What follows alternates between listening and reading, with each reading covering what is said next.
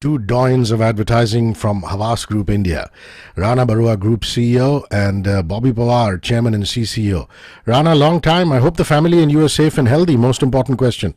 Yeah, thank you, Hrishi. It's been long. Yes, everybody is fortunately all happy, all healthy, and all. So I hope the same with you, Hrishi. Thanks for checking in. So far, so good. Bobby, vaccinations done? All good? Yeah, yeah, I took both shots. Yeah, I just found out after each shot how weak I am because I got hit for a couple of days, 2, 3 days. So yeah, not as strong as I thought I was. That's kind of a wake up call for all of us, isn't Yeah, it? Oh, you freaking bet. absolutely. Rana, if I'm not mistaken, you now have six specialist agencies across three groups. Would you call these last 2 years ultra busy for the Havas Group? Handhold us through those six verticals, please. So yeah, actually, Rishi, yeah, it's been quite crazy, but the momentum has been good. It's good for the business, good for people and all. And honestly, actually, it's 10 agencies because what has happened is that, there have been multiple acquisitions that we did. We had a few agencies already at play before. We had a creative agency, we have a media agency, and we also have a health agency. So that is like three things. But what we also did was we had a lot of acquisition agencies planned for which, the reason why Bobby and I came together and we had to build this thing in less than 2 years, and one of the years being pandemic. So you can understand that you were getting agencies on board, you were building them, you were getting a lot more talent. So let's say, quick to give you in a quick summary, it was like three agencies, 200 odd people, and now it's over 1,200 people in less than 2 years, and 10 agencies across, creative, media, experiential marketing, outdoor, then digital, and also now in design, which you're aware of, and also a very strong consumer experience journey. So in a way, probably in less than a year and a half, we managed to build a very strong network of Havas Group in the country, which actually was missing. And what is good about is that there have been many more clients and many businesses. So yeah, in all, exciting times, and you'll be hearing a lot from us in the near future. Super stuff. Bobby, before the pandemic hit India, India was still a traditional market in a lot of ways. 90% of ad spends were still non digital. Everybody was speculating on what might be a settling point for the Indian market. How much has that changed since the pandemic hit? See, you know, sometimes for anything to reach a tipping point faster, you need a disruptive force, right? The pandemic turned out to be that, right? Uh, the nature by which business was conducted had to change, right? All of us, what, how we work changed dramatically, which also forced us, and because the shops and all that were closed, all our buying uh, instincts changed, right? So that has forced a shift, right? A lot of times what happens is that consumers lead and brands follow, right? And as consumers took more and more towards a more digital life, brands had to adapt to that, right? And there were already brands that were ahead of that curve, right? Which were the digital first brands. They benefited from it, and everybody else saw the value of that, right? And followed suit, right? Today, e-commerce platforms uh, are a necessity for most brands. True that. Rana, looks to me like what has been a tough year for all of us. You've sensed some opportunities. You've still managed to have new business wins, bagged some new businesses, some new accounts, pushed the envelope on certain capabilities, and I like that. Sensing opportunity even in the dullest of climes. Take us through all of that, please. Yeah, so Rishi, so if you remember, like when you were setting up a completely new network, and you were like acquiring agencies, you were kind of getting your foundation in place, and so many people. So one of the biggest attempts, I think we kept our head down and we said, you need to create your own unique space. Now, pandemic or otherwise, the idea was always that you needed your own repositioning, the way we will go about it, and what do we need to do. So it was a very quiet, unknown agency. Somebody knew Havas Media, somebody knew Havas something. But now I think we probably is a network. You are aware that it is one of the most strong, positive conversations that's happening in the group. We are not only part of most of the pitches or we won many clients, but it has happened also because what we did, we actually positioned ourselves as a integrated agency, which most agencies call themselves or networks call themselves. But the way we went about building it is that we had people and companies and a lot of conversations that we were having in terms of winning was a very different model at heart. So all the group companies that we had, which was the 10 which I mentioned, works together in a very integrated collaborative model, which allows us to naturally pitch for much larger clients, different kind of set of clients, digital clients, experiential marketing clients, but in an integrated way, which also means you're winning more businesses, you're getting more clients, and you're getting different new mandates. Now, if you look at that and combine it with the kind of conversations we've spoken both internally and externally, in terms of all the thought leadership stuff that we've been doing, or the kind of initiatives we've been doing within the group, whether it's in the women's space, whether it's in terms of the talent space, whether it is in terms of the conversations, the way we are building the thing, the positive rub-off that we are getting by winning with the talent that we've got and the kind of work that we are doing is naturally showing results. So it's been a productive year in one of the toughest environments. Are we happy with our results, or are we happy with how things are? I think we are very grateful that we've reached a stage where we managed to hold on to most of our people. We won many new clients, and we're kind of looking forward for probably a better year this year, and definitely going forward. So, to build on what Rana's saying, right? Yeah. I think some of the outcomes that we're seeing over the last year, right? Like Rana said, half the time that we've been here has been the pandemic time. I've been here 2 years, and the outcomes we're seeing is because the work and the philosophies that were put in place the year before the pandemic, right? The intention and the actionability to make interactivity, digital and technology first, right? To make us future forward rather than backward looking. So that's the thing that we've done with Havas Creative, with the Havas Media as well, right? And also the additional capabilities that have been brought on board by Think Design and Langur and now Showbiz and everyone, design, right? And Showbiz. The one thing that we try to do is, if there are big briefs, we open it up to everybody who has the bandwidth to participate. And the first thing we have is that we don't have the not invented here syndrome. So a great idea can come from anywhere, right? Yeah, and then absolutely. Everybody else collaborates to make it happen. So that's kind of the game plan. It works sometimes better than others, and sometimes it fails, but that's the new thing. So you just have to keep on pushing it. Yeah, Bobby, that's a nice segue into my next question. I mean, for a creative man, to talk creative always warms the cockles of your heart, doesn't it? I mean, a couple of months ago, you won the digital mandate for ITC Foods Bingo. I find it to be a very, very exciting brand. Tell me your thoughts and where Havas Creative India wants to take Bingo. See, again, I think, Bingo's thing is they want to be a content brand based on humor, right? They want to be like the brand that makes you laugh the most on the web, right? That's their ambition, which is great. Again, also, which gives a huge playground because comedy is also commentary, right? It's a commentary on the state of the world, state of the people, about issues and stuff like that, and it puts a positive spin on everything that's going on, right? So it's comedy with optimism is kind of where we want to be. And it's early days yet, but there are some really encouraging signs, and they're a great client. I mean, you want a client who not only pushes you, but contributes in furthering the agenda. So, knock on wood, early days, but there's a lot of promise in that. Right? Nice.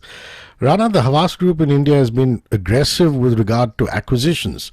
Can we expect any more acquisitions in the near future? If yes, then could you just earmark those areas, please? Yeah. So yes, absolutely, Hrishi. So I think the group Havas actually belongs to a larger media and entertainment company called Vivendi Group, and I'm glad that the Vivendi Group and Havas consider India as one of the strongest markets for growth and keeps looking at it for many more new opportunities, both in terms of acquisitions and in terms of all the business, which naturally makes our stuff much tougher, because what happens is that while you're building a current organization, like I said, with so many companies and so many new agencies on board, we continue to keep looking at expertise that we lack or the expertise that, let's say, the future world is asking for. So yes, there are clear, definite acquisitions and many conversations that are currently, we are going both in, if I can slot them under the media and the creative capabilities like PR, capabilities like performance marketing, capabilities in the world of content, in the world of social, capabilities in content and other forms of, media and all. So we have many conversations that have been going on, and you would be hearing a lot more maybe this year and the year later. Like I said, it's good news because what it allows us to do is to build a media ecosystem which is future ready.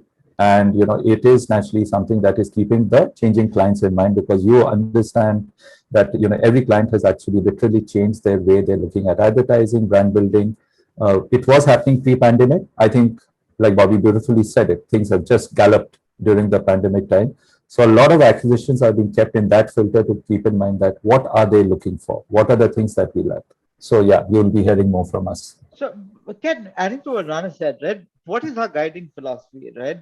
What towards building everything out is that very simply, very simply, basically put, is that if we take a deep look at consumers, culture, then to have creativity and use platforms to create conversation and then conversion, we will win in the marketplace, right? Because we'll help the brands win.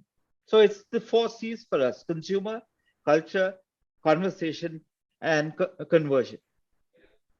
Bobby, when I speak to people who've been in advertising for very, very long, I find them very fascinating, whether it's a Piyush or a Prasoon or even a Sam. And you've been in advertising so long. What is it that enamors you about advertising? Is it the writing? Is it the chaos? Is it the pitch presentation, the adrenaline when a campaign goes right, the madness when a campaign goes wrong, the beauty of advertising? I'd like you to talk about that, please. Yeah. So it's simple. For me, selfishly, I'm still a writer, right? I love to write. The other thing is the people, because, to me, Rick Boyko, ages back, he was my creative director. He's the chief creative officer of Ogilvy North America when I'm Ogilvy in New York. He gave me a great piece of wisdom, right? He said, remember, Bobby, a creative director is not always right. So, for me, interacting with my people is always a coachable moment for both of us, right? And that's when the transactions are great, right? Because then exchange of intellectual arguments. So that's the other thing. For me, it's like creativity comes out of conversations. The richer the conversations we have, right, the better it's going to be. So that is what energizes me. And the other fact is that, I'm an abstract or whatever bloke, but I love the discipline of solving a problem, right? I'm a computer engineering dropout. So that part of my facility lives on in the fact that, okay, what is the problem and what am I trying to solve here, right? And how do I do it in the most interesting, most engaging manner possible that'll get people involved and not just say, ho gaya yaar, theek hai, and move on, right? I can't see Bobby in any other world except advertising. I know him for as long as I've been in this business, maybe a bit more. So, there's probably the fun that, you have is with people, who are like this, like some of the names you mentioned and people like Bobby, they make it alive, so that's where the and fun certainly is. not computer engineering. No, that's why when I heard that, I had to come into the calls. So, I'll tell you this, and I've said this for a long time, right? To me, the high of like being in a room, Yeah, when you've cracked a great idea is many times better than sex, right? Now, maybe that speaks to the kind of ideas that we are having or the kind of sex I'm having. There you go. And for that kind of very fulfilling sex to happen, you need a partner in crime like Rana who facilitates it. Oh, absolutely, absolutely. Right. So, what the thing is, one of the telling things about our relationship is because of this. I mean, we can go by for 2 weeks without talking, Yeah, and we pick it up then and there, like right? that. And there's no insecurity. Hey, what's this guy doing behind my back or this thing? So there's none of that, right? Yeah, And we know we have each other's back because yeah. our relationship goes beyond work. So I completely as an aside, I just thought of this while you guys were talking. They always say in cricket that fast bowlers hunt in pairs and spinners hunt in pairs. Opening Equally, pair, equally, the opening yeah, batsman, the guys who lay yeah. the foundation, is in a pair. Equally true for advertising. I mean, Always, if people always. understand that they have to hunt in pairs as opposed to just being solo, potentially iconic figures, then you achieve a lot more. And I see that with the two of you. That Absolutely, kind of a Rishi. And synergy. you're absolutely, Rishi. And in fact, you probably, there's a very good point on what Bobby's saying. I think that's one of the best things we managed to, bring on the table. And, what it also does, apart from the success that you get out of it, you also set a beautiful, an environment which makes people also believe that it is possible, that these two may not speak, may not talk, may not dance to the same music, but they're so aligned that they totally understand that the group and the way the work is happening and everything is pretty much happening for the good. Then nobody starts kind of getting into provocation or kind of conversation, because this is not a solo battle anymore, Rishi. The kind of challenges that we are all facing, you need a bouncing board, you need a partner, whether it is for good times or bad times, you need to discuss things. So I'm glad that this has worked, and I'm sure that I don't see why it should not also. So being very honest here. So yeah. Oh, so both of us are very different people, right? But we have the same sort of objective, same values, and that's what makes it work. And it just, Rana compensates for my correct. weaknesses, and hopefully vice versa. Right? Always, yeah. And that's why it works. And we're not insecure about our weaknesses, Yeah. right? So that's the thing. And it's just that sometimes it's the hardest thing in the world to be vulnerable, right? But that's Well what said. it takes to make a Yeah. relationship Beautiful. work. Yeah, perfect. Yeah. I like the ring, Rana, of Havas from Home and Havas University, Yeah. both of which gained a lot of strength during the pandemic. Please tell us about them. I mean, we could learn from that. Yeah, sure. Yeah, I'll try and keep it simple and short, because otherwise it's actually quite a massive, two large initiatives that the group took it from the global world, and then actually many countries adapted it to their own right. In a nutshell, what Havas from Home or work from home as a concept was, basically what we did was we had to build a very quick of similar culture that you were experiencing at the office space very quickly into the work of home culture, right? So Havas from Home actually became the work culture working from home. So the key parameters that we kept for ourselves were that if you were going to be working from home, so the culture that you would build and the engaging points would be around four clear things. One is health and wellness. One would be on learning and development. The third would be on peer engagement, which means keep talking to people. And the fourth was on entertainment, because you had to keep the people happy, you had to keep the morals up and all.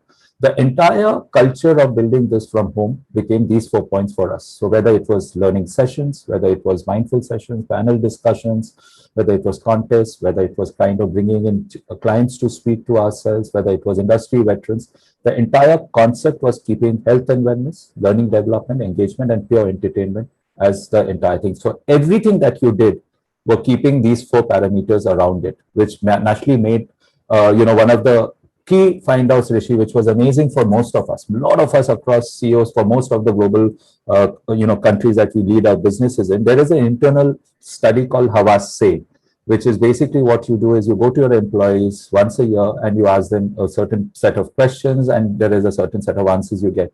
And we actually this year, which is the year of 2020 study, the results that came out was one of the best ever for Havas Group India. Wow. It is because of the engagements and conversations and things that you were doing. So I think that was a super successful one. And if we are all looking for a hybrid model, it would be something that, I would love to share with people, and what kind of sessions and things that we did.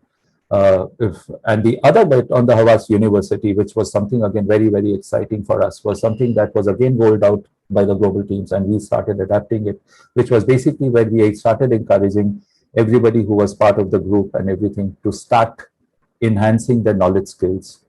We started rolling out many programs with partnerships with Google's and the others and everything. Also internal, there were many thought leaderships, articles, studies, then university combination that we had done. And we started encouraging people to take out time because, we were working from home, right? We had time.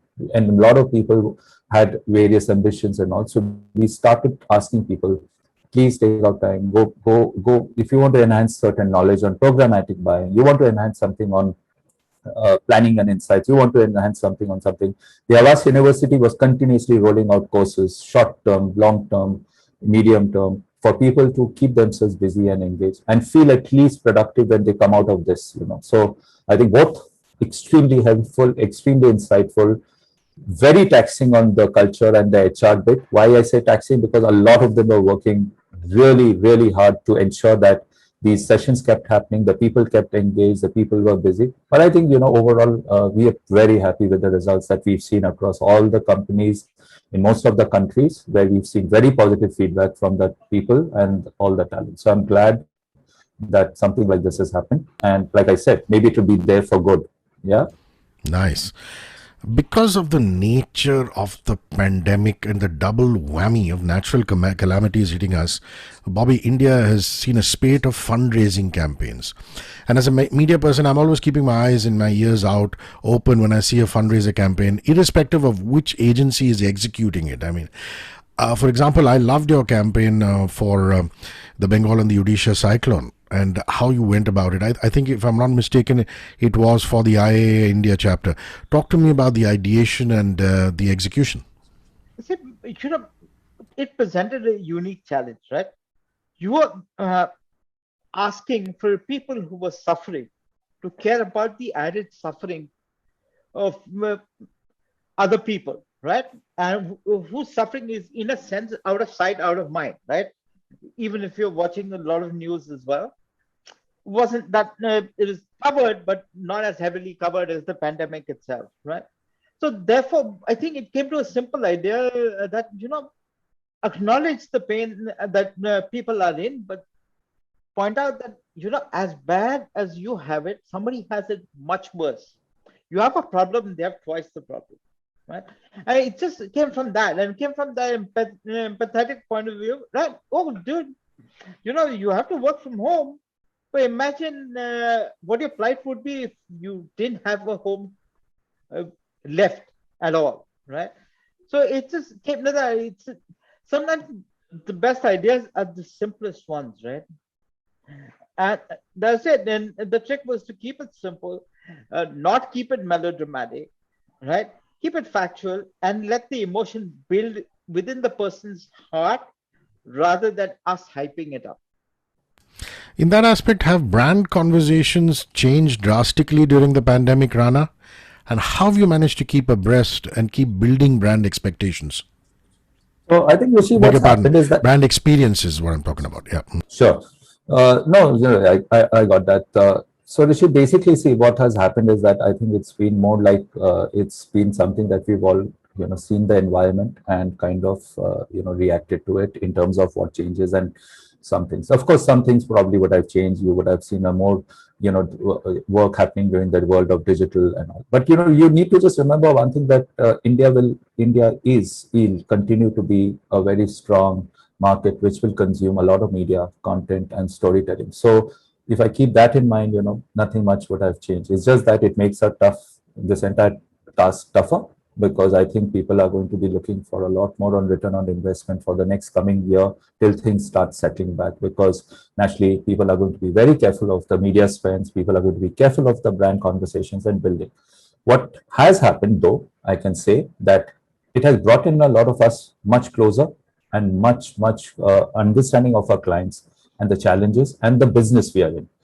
I think we become, and I'm sure Bobby will add, but I think I have become far more proactive, far more collaborative with all the clients or our media partners to understand their issues, the challenges, the problems. Earlier, we would take in a brief, we would debate, we would fight. It's not like we weren't doing the same. But I think we understand the fears and insecurities and challenges that the clients are facing. We understand their issues on execution. We understand much better that if this particular thing doesn't deliver, it's not about another work that didn't happen. It's a lot of challenges they've gone through the last 18 months and probably will go for some more months till things start looking better. So I think somewhere our entire thought of trying to make things far more meaningful for them, trying to understand how we can make it far more productive, has become extremely critical. And I just hope that everybody, is looking at it this filter, because this will only bring the business back faster for all of us. Bobby wants to add, I'm sure, because he's naturally been working on some of the biggest brands for our group. Yeah. So Rana spoke about the clients. I'll talk about the consumer, right? The consumer, because of what's happened, right, has now transitioning towards a two-part buying process, right? One is the guy wants to buy the product, but more importantly, she also wants to buy into the brand. So therefore, what does the brand stand for is important, right? It's not just what does the brand, what good the brand does for me also, and she wants more than that, right? Also, what good does the brand do for the world that I live in, right? What is the meaningful difference the brand makes to my life, and the meaningful difference and the world makes to my society and my world? Yeah. So that's a lesser known fact becoming important. So yep. Brand proposition has to be married with brand purpose. Proposition and purpose, correct. Okay, lesser known fact, these two fine gentlemen on World Tobacco Day on the 31st of May gave up smoking. And well, it's quite admirable, because it's something that they've used as a crutch for many, many years, even decades. Bobby, how have your wife and your daughters taken to you quitting smoking, and why didn't you listen to well-wishers all these years and decide to do it only now? Any particular reason for the timing, please? Dude, I started smoking when I was 11, right? Sucks, but it just, I loved cigarettes way before I loved my wife. It's not a very flattering thing to say. You will have to answer a few questions after this interview, but nonetheless. Not more before. So I'm hedging my bets here. But yeah, it took a while. It's just like sometimes you just need a moment of epiphany, right? I quit for 8 years. Then about a year and a half back, I went back to it. Maybe a bit longer than that. In fact, then the last cigarette I smoked was, I was hospitalized, I think, on 8th of May, 8th of March last year. And the last cigarette I smoked was when I was getting into the car to go to the hospital, right? So yeah, it just, and when you're in the ICU for 8-9 days, you realize, dude, yeah, I still love smoking, but maybe I need to love my family and more than that. Well said. Rana, it's admirable that, you quit smoking on World Tobacco Day. But did you cold quit drastically or reduce it gradually? How and why did you do it? Your reasons also, so that smokers in the audience can pick up tips. Have you used a replacement to cigarettes? And if so, what is it? No, so I'll tell you, I think it's something which I think is, we think we're very smart, right? So we're all smart people. So I used to smoke because, like I keep saying, I thought I was smart. It was cool. But I realized that, I quit because I was smarter. So I went cold, Hrishi. I just went cold. I had to do it. Like Bobby said about his serious health thing, I went through a massive stress and some problems and issues, and I saw my cholesterol level going right up. And I was told by the doctor, a great doctor, who said that it has nothing to do with smoking. It's fine. You can continue. I said, but listen, I need to do something. You need to tell me something, because I'm a fit person. I run. I'm a very healthy diet, everything I was doing right. So why was my cholesterol hitting through the roof? He said, okay, to make you believe that you want to give up on something, why don't you quit smoking? I said, fine, I'll do it. because I cannot have such high cholesterol, which is not good. But the point I'm saying is that it's the fear of the unknown, right? Till you feel you're cool, you're smart, you're not going to give up smoking. It's just that when you feel something goes wrong, and I'm saying, God forbid anything goes wrong to people, wake up before it's too late. Just quit. And I went cold. I didn't take any help and all, but it's been a while now. But it feels quite relieving that I want to manage to get out of that habit. Nice. So anybody who is listening, I can just tell, just do it. Don't wait for cholesterol or ICU like Bobby to hit you. Just do it. Also, for me, what helped, right, is just making a list of the things that I love, right? And then decide what I want to put at the top of it. I agree. Totally agree. And then you realize that if I want to have the first couple of things that I love the most, I'm going to have to give up on something else that I love. I think that's a great point. I think a great point. Life and if you believe, compromise, right? Yeah. And the thing is, like I've told myself, right?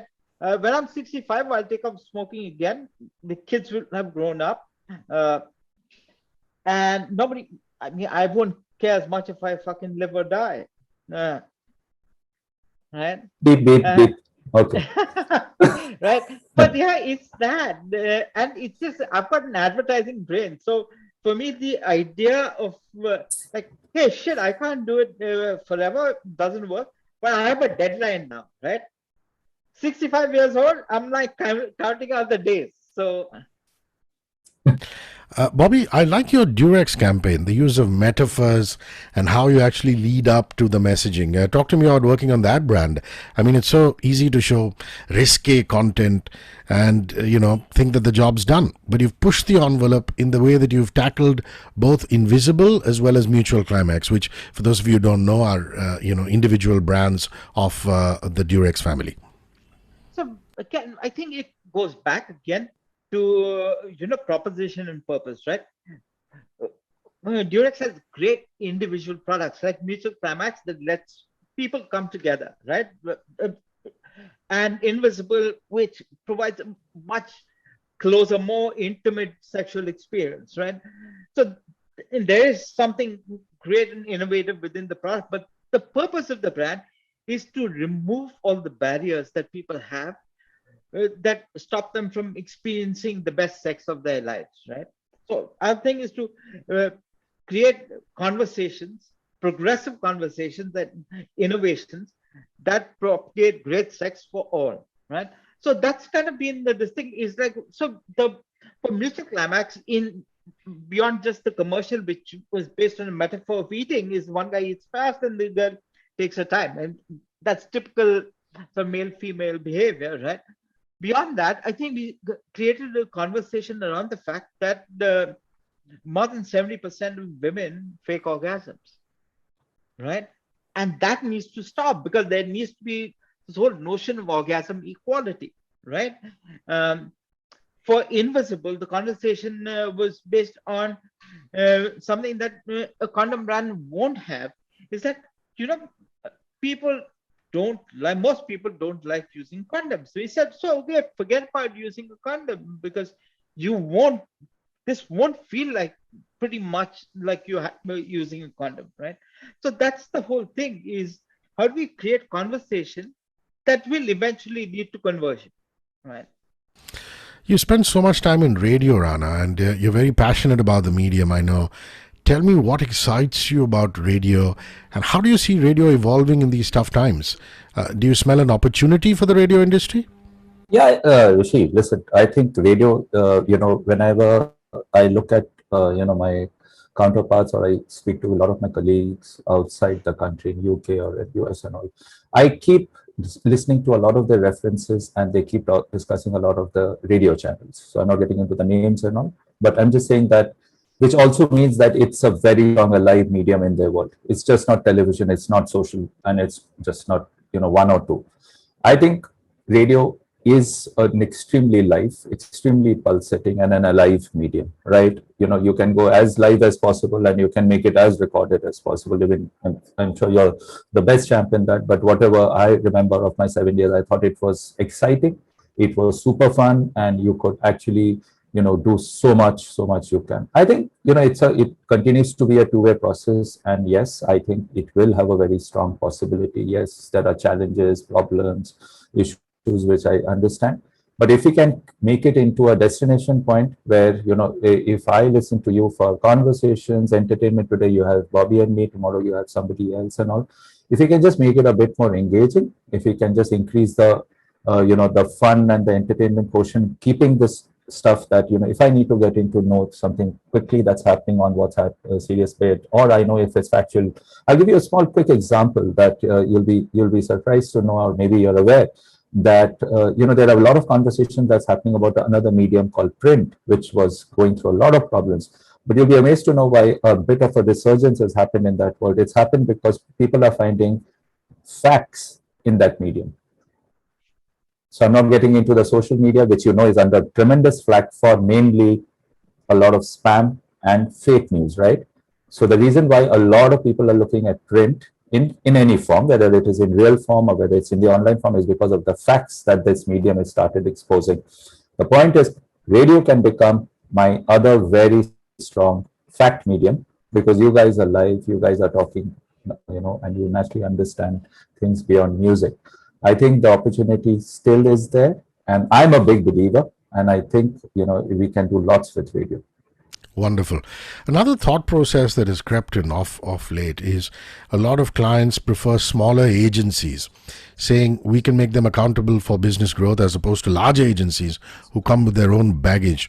What are your thoughts on the independents versus the large behemoths, Rana? So I think, Hrishi, it's a simple answer, because I think both are required in an ecosystem, because like they say that, it's a symbiotic thing. It's up to the clients and all. So there is nothing that Goliath survives versus a Lilliput. No, there's nothing like that. Independent is as strong as their offering and the kind of conversations they bring on the table. And a larger ecosystem actually has many strengths that they bring on the table. And, it's a symbiotic relationship, because the client looks for a certain expertise that will go to the large agency. And for the independent, if they are very clear about their differentiated offering that they bring on the table, there are many. And in fact, again, the same point arises that, if you look again in various markets here and there, I think the independents are as good as so-called the larger networks. So I will definitely say that it's the entire foundation is good for both. There's no problem. Bobby, Adding last to question. that, Yeah, please add. Yes. Rishi, I don't think it's a question of size. It's a question of mindset and belief system, right? Mm-hmm. If you can give clients the work that is meaningful to their consumers and is measurable in results, that's all they're asking for. Yeah. And that's kind of what we are trying to build first, right? And it's do meaningful work that is measurable in its results. And therefore, being in a sense the future forward, where interactivity, digital technology, and creativity are all together, helps out in that. And you can be an agency that's a behemoth and still adapt to that harder, because Rishi, I'll also go back to what you said is about the pandemic, right? See, a disaster is also an opportunity for somebody who is not invested as heavily in the status quo, right? So the agencies that will move away from the status quo and say, no, okay, there's a new reality that needs to be addressed, are the ones that will benefit. And sometimes that happens to people who are more agile than not. Okay, typically smaller shops tend to be more agile, but there will be larger ones that are too. Yeah. Well said. Last question, Bobby. You're today an inspiration for so many kids who are getting into advertising and who have already got in. I want to know about advertising people you have looked up to and why, mentors, and the reason you've considered them that. So, you know what? I'm not the smartest guy in just about any room, right? And I've just been blessed. I've worked with legends, right? Sonal Dabral hired me at Ogilvy. Piyush taught me how to present, taught me film. Then there was Rick Boyko when I moved to Ogilvy, New York. Before that, there was Neil French, right? One of the greatest copywriters ever, who, sort of took me under his wing, and he was my mentor, right? I owe them all a great word of thanks. Then I've worked across with so many great people, right? Steve Hayden, who wrote the 1984 commercial for Apple, he was there at Ogilvy, New York. There's Marty in BBD of Chicago. Dan, when I freelanced in Wyden. There's so many people and so many great talents that I've worked with, right? Directors, all of that, right? And even, I mean, I learned something from the guy who used to deliver the mail at BBD of Chicago. Wow. Local Jeff. So the first time I met him like 3 days. I was there like third day, possibly. He'd come to give my mail off. He's wearing this raggedy gray baseball hat, right? And so we got talking. He's a chatty guy, right? He's talking about babes and beers, right? And I find out, right, over the course of the, and I dismissed him. He's a mailroom guy, like early 30s, whatever, loser in my head. So it turned out he was the lead singer in 3 bands. And we got talking about music. Wow. That guy who I pride myself in knowing my music, I got a lesson in music for the next 2 hours. And he became one of my great friends when I was in PBDO. Right? Wonderful. So it's just like, he taught me so much about music and musicality over the course of the time I knew him. Excellent. So, you have to be willing to learn from anybody and everybody. One thing we haven't talked about, Rana, is your JV with the Conrad Design Group from the UK and how it will bolster your capabilities now. You must be very excited with that. Yeah. So you're right. It's a JV. Conrad is basically a company which belongs to the Havas Group. And, when we were having this conversation, naturally, there are a lot of large global brands that are looking at India, new brands and all. But also, you like to also, that India is also a country which has very strong design and, credentials for both branding and etc. because there are so many clients. So we thought about getting, this JV. We thought, why don't we get this expertise? Naturally, the group didn't have it. And we said, let's get this expertise into it. It's an world-class agency. There's no doubt on that. It's just 2 offices, New York and London, and now the 3rd one in Mumbai, which makes it very special for us because, when they were looking at expansion plans, they made Mumbai as their 3rd, city across the world. The good news is that we opened a shop around February is when we announced it. And in the less than 2 months, we got inquiries from some of the largest clients in the country. We've actually backed businesses which are absolutely phenomenal. With some of the biggest brands, you'll hear of them again very soon. And the kind of work that we are looking at, which completely encapsulates from, building a brand from scratch to new brands to relaunching some of the well-known brands. So the journey has been quite phenomenal. And I think, we are very kicked that we took the decision of bringing Conrad into the country. So fabulous. Excellent. Bobby, Rana, it's been a thrilling session with you guys. Lots of insights, lots of learnings, a few laughs in there. I wish for you and your families and Havas all the success and good health in the world. Thank you for your time. Cheers. Thanks, Hrishi. Thank you so much, man. Take care, brother. Man. Thank you. And stay safe. 94.3 One world, your station. Radio 1.